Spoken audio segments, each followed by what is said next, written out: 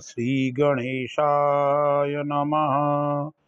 ओम नमः शिवाय। दर्शक मित्रों, जय श्री राम। सभी सनातन धर्म को मानने वाली मातृशक्ति महिलाओं को वंदन और प्रणाम। आज हम अखंड सौभाग्य को प्राप्त कराने वाला यानी सुहागिनियों के अखंड सौभाग्य का रक्षक कौन है? तो हरतालिका व्रत, हरतालिका तीज। दर्शक मित्रों, उत्तर प्रदेश, राजस्थान, बिहार, गुजरात आदि प्रांतों में महिलाएं अपने पतिदेव की रक्षा के लिए या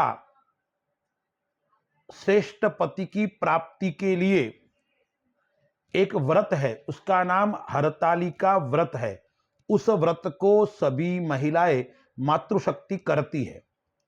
यह व्रत कब है, किसने यह व्रत किया था, उसके बारे में हम थोड़ा विचार करते हैं।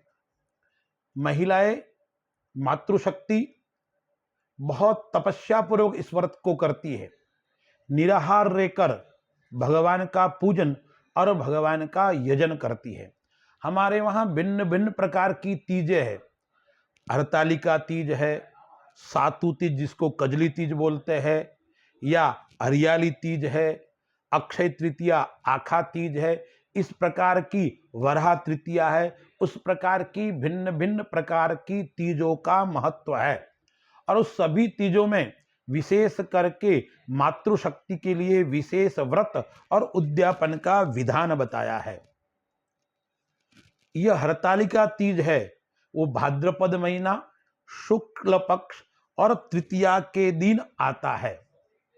यह संवत 2082 सन 2025 के अंदर कब है? तो यह हरतालिका व्रत है, वो है 26 अगस्त 2025 के दिन और मंगलवार के दिन हरतालिका तीज का व्रत है। यह व्रत पहले किसने किया था? तो शास्त्रों में बताया गया है कि भगवती पार्वती ने, मां पार्वती ने भगवान शिव को पति रूप में प्राप्त करने के लिए यह शिव का व्रत किया था। एक बार देवर्षि नारद हिमालय के वहां गए थे और उन्होंने कहा था, आपकी पुत्री के लिए भगवान विष्णु सुयोग्य वर है और इनका विवाह भगवान विष्णु के साथ में कर लेना चाहिए। पिता ने पुत्री को बताया तो पार्वती के मन में दुख हुआ, मन में ग्लानि हुई। तब वो वहां से चली गई, यानी सखियों के द्वारा हरी गई। उनकी जो सखियां थी वो लेके उनको जंगल के अंदर चली गई। सखियों द्वारा हरण किया गया, इसलिए इसका नाम हरतालिका व्रत पड़ा। मां पार्वती ने उस समय भगवान शिव का पार्थिव लिंग बनाकर तपस्या प्रारंभ की और भगवान भोलेनाथ से प्रार्थना की कि आप ही मेरे सर्वस्व है, आपको ही मैं जीवन में मैंने अपना लिया है, मैंने मन ही मन आपको ही पति रूप में मान लिया है, आप ही मेरे उद्धारक है, आप नहीं आओगे तो मैं अपने प्राणों को न्यौछावर कर दूंगी। ऐसा संकल्प लिया तो कहते कैलाश पर्वत पर भी डोल गया, क्योंकि तपस्या में इतना बल होता है। मां की तपस्या को देखकर भगवान शिव स्वयं आए हैं और शिव पार्वती को लेकर गए हैं। इसलिए इस व्रत को तब से महिलाएं अपने पतिदेव के अपने अखंड सौभाग्य के लिए और पतिदेव की दीर्घायु के लिए और बालिकाएं होने वाले श्रेष्ठ पति की प्राप्ति के लिए हरतालिका व्रत करते हैं। भाद्रपद महीना शुक्ल पक्ष में जो व्रत आता है उस व्रत का नाम हरतालिका तीज है। और इस व्रत के अंदर जब हस्त नक्षत्र आता है तब विशेष महत्व बन जाता है। तो 2025 के अंदर हस्त नक्षत्र है और उस नक्षत्र के साथ में तृतीया का आगमन भी हो रहा है। अब तृतीया तिथि कब तक है वो भी मैं आपको बता देता हूं। जो तृतीया तिथि है वो मंगलवार के दिन में 1:55 तक तृतीया तिथि है। तो व्रत कैसे करना चाहिए, इसकी कथा भी है, कथा भी श्रवण करनी चाहिए। तो सभी माताएं और बहनें विशेष ध्यान रखें। प्रातः काल में उठकर सुंदर वस्त्र धारण करने चाहिए। वस्त्र धोए हुए होने चाहिए, नए जरूरी नहीं है, धोए हुए अच्छे वस्त्र होने चाहिए। वस्त्र का रंग भी कैसा होना चाहिए। आजकल पाश्चात्य के कारण लोगों का विदेशी संस्कृति की ओर आकर्षण के कारण काले कलर, नीले कलर, उस प्रकार के कलर लोग पसंद करते हैं। तो व्रत के दिन कम से कम माताएं और बहनें सौभाग्यदायक, सुंदर, मन को मोहन करने वाला लाल, पीला है, गुलाबी है, इस प्रकार के श्रेष्ठ कलर उनको धारण करने चाहिए, श्रेष्ठ वस्त्र उनको धारण करने चाहिए। काले, नीले उस प्रकार के वस्त्र नहीं पहनने चाहिए। स्नान आदि करके शुद्ध वस्त्र धारण करके, और यह पूजन रात्रि के समय करने का विशेष महत्व है। भगवान शिव के लिंग का पार्थिव यानी मिट्टी के शिवलिंग बनाने के, बालू के शिवलिंग, क्योंकि उस समय मां पार्वती ने बालू का शिवलिंग बनाकर पूजन यजन किया था और भगवान शिव को प्रसन्न किया था। इसीलिए महिलाएं भी क्या करना चाहिए, मिट्टी का शिवलिंग निर्माण करना चाहिए। पार्थीश्वर का निर्माण करने के पश्चात दीपक आदि लगाकर, आसन बिछाकर, पूर्वाभिमुख या उत्तराभिमुख बैठकर भगवान का पूजन करना है। पूजन सामग्री एकत्रित करनी चाहिए।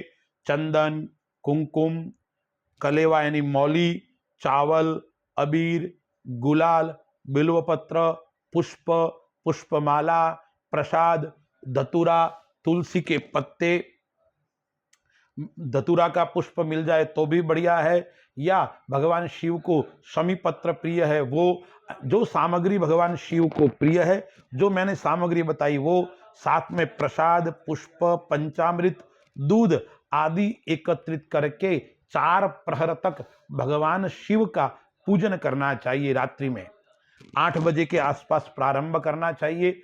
पहली आरती 10 बजे के आसपास, फिर 12 बजे के आसपास, फिर 2 बजे और 4 बजे आसपास अंतिम पूजन आरती करनी चाहिए।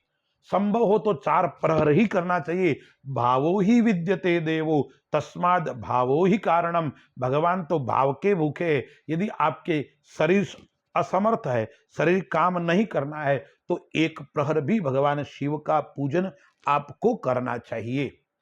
मैंने सामग्री बता दी, पूर्वाभिमुख या उत्तराभिमुख।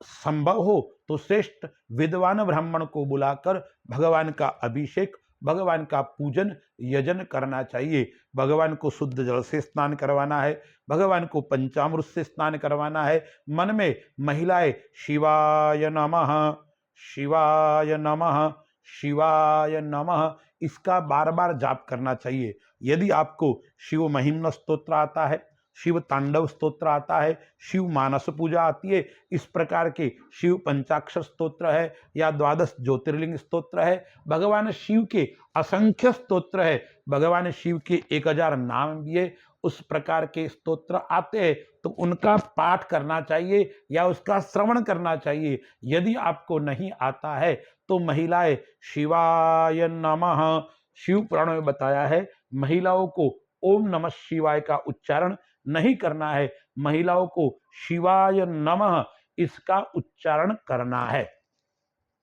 करते हुए भगवान का पूजन करना, भगवान को प्रसाद, पुष्प, अबीर, गुलाल, बिलोपत्र, धतूरा, धूप, दीप, नैवेद्य उस प्रकार से भगवान का पूजन करते हुए भगवान का कीर्तन करना है। और अंत भगवान की महाआरती करने के पश्चात भगवान से आशीर्वाद मांगना है, भोलेनाथ से अखंड सौभाग्य के लिए और पतिदेव की दीर्घायु के लिए हमें आशीर्वाद मांगना चाहिए।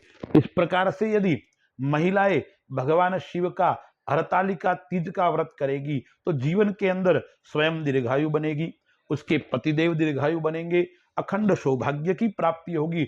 और जो बालिकाएं जिनका विवाह नहीं हो रखा है वो भी व्रत करेगी तो उनको भी श्रेष्ठ और उत्तम जीवन साथी की यानी पति की प्राप्ति होगी और उनका होने वाला पति भी दीर्घायु बनेगा और घर के अंदर पुत्र पौत्र आदि की वृद्धि होगी।